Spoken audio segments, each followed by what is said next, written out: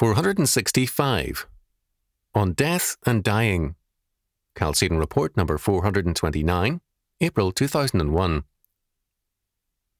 I have been asked to write on death and dying. Since I am dying, according to my doctor, within a few months or years, it seems fitting for me to do so.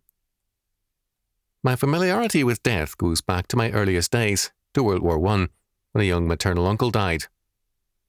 The loss was more like that of a big brother to me. I can vividly recall the puttees he wore as part of his uniform. When last at our Kingsbury Cemetery, I visited his grave. After World War I and into the mid-1920s, a very familiar event was the arrival of Armenian friends and relatives from the Near East. Armenians from Fresno, Kings and Tulare counties gathered to ask if, during the massacres and death march, they had seen relatives and friends. The answers were sometimes grim ones. I was thus very early familiar with death, but even more familiar with the faith in the Bible, read daily to us by my father, often in 2 languages. It never occurred to me to doubt the faith. I was around 6 or 7 when I first heard a boy express atheistic beliefs, and I thought he was crazy. I have not since changed my mind. To believe that creation is a mindless product is, at best, stupidity, if not a sin. As a pastor, some deathbed incidents have made me very aware of the thin line separating us from eternity.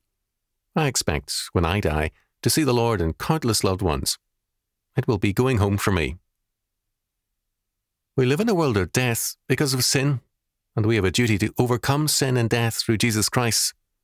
This is our major calling. When I die, I shall be with the Lord and free from sin and death. I have always seen unbelief as a form of sin and madness. Now, all that the Bible has to say on the world to come can be stated in a few paragraphs. God requires us to believe in the resurrection, but not to be too interested in it. God's commandments fill books. His comments on the life after death, a paragraph or 2. It is obvious what we are to be concerned about. It is not Christian to neglect the law, much of the Bible, and to concentrate on life after death, to which little space is given. God's priorities must be ours also. We must believe and obey the Lord. God does not exist to answer our questions. He is the Lord, the King, and the Commander. Obey Him and believe Him.